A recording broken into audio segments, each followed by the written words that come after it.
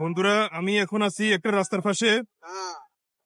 এখানে অনেক ভাজা পোড়া জিনিসপত্র বিক্রি করতেছে। ভাইজান, পেঁয়াজু, এগুলো কি পেঁয়াজু?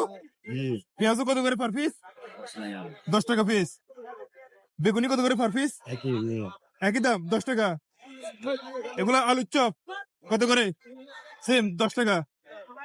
আচ্ছা, বুট সর্বনিম্ন কত আছে প্লেট? 20 টাকা, 40 টাকা। আচ্ছা, এগুলা সালাদ।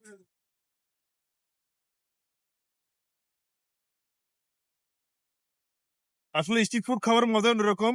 আমি কিন্তু প্রচুর পছন্দ করি স্ট্রিট ফুড। এ ভাজা পোড়া।